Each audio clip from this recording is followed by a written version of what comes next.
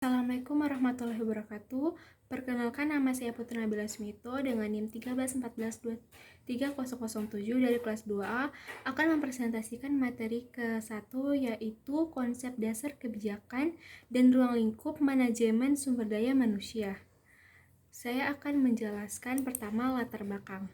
Sumber daya manusia atau SDM merupakan satu faktor yang sangat penting dalam suatu perusahaan di samping faktor lain seperti modal, teknologi, sebab manusia itu sendiri yang mengendalikan yang lain. Tujuan dari manajemen sumber daya manusia adalah meningkatkan produktivitas, loyalitas, kepuasan kerja, dan motivasi kerja yang baik dari pegawai. Untuk itu harus dilakukan peningkatan kualitas kehidupan kerja melalui perubahan struktur kerja, penciptaan komunikasi yang baik, penciptaan disiplin kerja, penanggulangan stres kerja, bimbingan dan penyuluhan keselamatan dan kesehatan kerja. Baik, selanjutnya saya akan menjelaskan pengertian dari manajemen sumber daya manusia.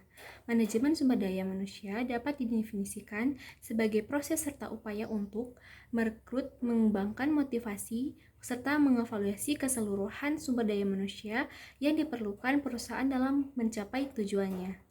Bahasan kedua yaitu ruang lingkup manajemen sumber daya manusia. Ruang lingkup manajemen sumber daya manusia menurut Boxall, Purcell, dan Rick 2008 dalam Worrell dan Hoppas 2013 meliputi 3 ruang lingkup yaitu 1. Mikro HRM atau manajemen sumber daya manusia mikro yang meliputi kebijakan dan praktek sumber daya manusia. Yang kedua, strategi HRM atau manajemen sumber daya manusia strategik yang memfokuskan perhatian pada keseluruhan strategi sumber daya manusia yang diimplementasikan oleh perusahaan dan seluruh unit bisnisnya dengan mengukur dampaknya terhadap kerja. Bahasan yang ketiga yaitu peran dari manajemen sumber daya manusia. Peran sumber daya manusia sangat esensial dalam menjalankan suatu organisasi karena manusia adalah kunci dari semua persoalan. Meskipun peranan manajemen sumber daya manusia yang dijelaskan sebelumnya berada dalam lingkup perusahaan atau organisasi pada umumnya, namun hal tersebut juga berlaku dalam lembaga pendidikan. Dan yang terakhir, kesimpulan.